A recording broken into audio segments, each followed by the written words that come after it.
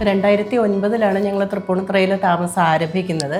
അത് കഴിഞ്ഞ് 2017 നമ്മൾ കടവന്ത്രയിൽ നമ്മൾ വീട് വെച്ച് അങ്ങോട്ടേക്ക് ഷിഫ്റ്റ് ചെയ്തു. അവിടെ താമസിക്കുമ്പോഴും ഈ രാജനഗരി ഞങ്ങളെ ഇങ്ങനെ തിരിച്ച് വിളിച്ചുകൊണ്ടിരുന്നു. അങ്ങനെയാണ് പിന്നെ വീണ്ടും ഒരു റീലൊക്കേഷനെ കുറിച്ച് ആലോചിക്കുമ്പോഴാണ് ഓൾറെഡി തന്നെ സിറ്റി ഹോംസിനെ കുറിച്ച് എപ്പോഴും മനോട്ടിനും വീട്ടിലെപ്പോഴും പറഞ്ഞുകൊണ്ട് ഇരിക്കുന്നതാണ്. അപ്പോൾ ഒരു റീലൊക്കേഷൻ എന്ന് പറഞ്ഞ് മൈൻഡിൽ വന്നപ്പോൾ ആദ്യം മുന്നിലേക്ക് വന്ന സ്ഥലം തൃപ്പൂണിത്തുറയും ബിൽഡർ എന്നാലോചിക്കുമ്പോൾ സിറ്റി ഹോംസും തന്നെയായിരുന്നു വന്നത്.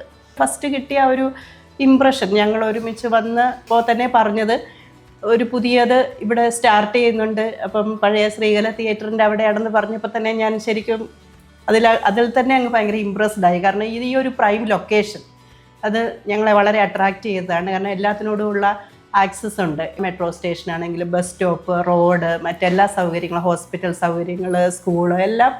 അപ്പോൾ അങ്ങനെ ഒരു പ്രൈം ലൊക്കേഷനിലെ ഒരു പ്രീമിയം ലെവലിലുള്ള ഒരു അപ്പാർട്ട്മെൻറ്റ് അത് നമ്മളെ ആദ്യം തന്നെ ആകർഷിച്ചു.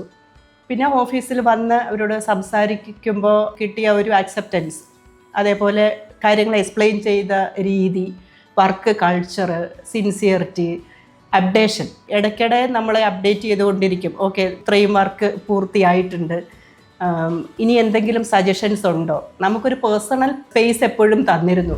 ഹൈലൈറ്റ് ചെയ്യേണ്ട ഒരു കാര്യം, നമ്മളൊരു ബിൽഡർ എന്നുള്ള രീതിയിൽ വളരെ ഓപ്പണായിട്ട് നമുക്ക് എപ്പോൾ വേണമെങ്കിലും എങ്ങനെ വേണമെങ്കിലും സംസാരിച്ചിട്ട് നമുക്കത് ക്ലാരിറ്റി കൊടുത്തു കഴിഞ്ഞാൽ അത് മീറ്റ് ചെയ്യാൻ പറ്റുന്ന ഏറ്റവും എഫേർട്ട് അവരത് എടുക്കും. അത് പേഴ്സണലിയാണ് എടുക്കുന്നത്. അതാണ് ഞാൻ പറയുന്നത്. ഇപ്പോൾ ഒരു 36 ഫ്ലാറ്റ് ഉണ്ട്. 36 ഫ്ലാറ്റിലെ ഒരു വ്യക്തിയായിട്ട് ഞാൻ ഒരു കാര്യം പറഞ്ഞു കഴിഞ്ഞാൽ ഒരു ജനറലി ബിൽഡേഴ്സ് ചെയ്യുക, അത് അങ്ങനെയാണ് സ്ട്രക്ചർ, അങ്ങനെയാണെങ്കിൽ അങ്ങനെ തന്നെ പോകത്തേ ഉള്ളൂ എന്ന് പറയുന്ന സമയത്ത് അവരത് പേഴ്സണലി എടുത്തിട്ട് അവർക്ക് എന്തെങ്കിലും ചെയ്യാൻ പറ്റുമെങ്കിൽ അത് 100% അവർ അതിൻ്റെ എഫേർട്ട് എടുക്കും. അവിടെയാണ് ആ ഒരു ഇൻറ്റിമസി വരുന്നത്. അതേപോലെ ഫ്ലാറ്റിൻ്റെ വർക്ക് കഴിഞ്ഞതിന് ശേഷമുള്ള ഇൻറ്റീരിയർ വർക്കും സിറ്റി ഹോംസിൻ്റെ ഹെൽപ്പോട് കൂടി തന്നെയാണ് ഞങ്ങൾ ചെയ്തത്.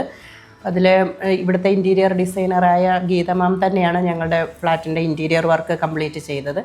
എന്തൊക്കെയാണ് നമുക്ക് ആവശ്യമുള്ളത്, ഏത് തരത്തിൽ ചെയ്യണം എന്നുള്ള സജഷൻസ് ചോദിക്കുകയും നമ്മുടെ മൈൻഡിലേക്ക് വരാത്ത കാര്യങ്ങൾ കൂടി ഒപ്പീനിയൻ എല്ലാം ചോദിക്കുകയും, ഫ്ലാറ്റിൻ്റെ നിർമ്മാണത്തിനാണെങ്കിലും ഇൻറ്റീരിയർ വർക്കിൻ്റെ നിർമ്മാണത്തിനാണെങ്കിലും ഉപയോഗിച്ചിരുന്ന മെറ്റീരിയൽസ്, കളർ കോമ്പിനേഷൻസ്, ലൈറ്റ്സ്, മറ്റ് ഫർണിച്ചറൊക്കെ ആണെങ്കിലും നമ്മൾ ഒരുമിച്ച് പോയി സെലക്ട് ചെയ്യുകയൊക്കെ ആയിരുന്നു. അപ്പോൾ അങ്ങനെ വളരെ നല്ല രീതിയിൽ അത് കംപ്ലീറ്റ് ചെയ്യാൻ സാധിച്ചു.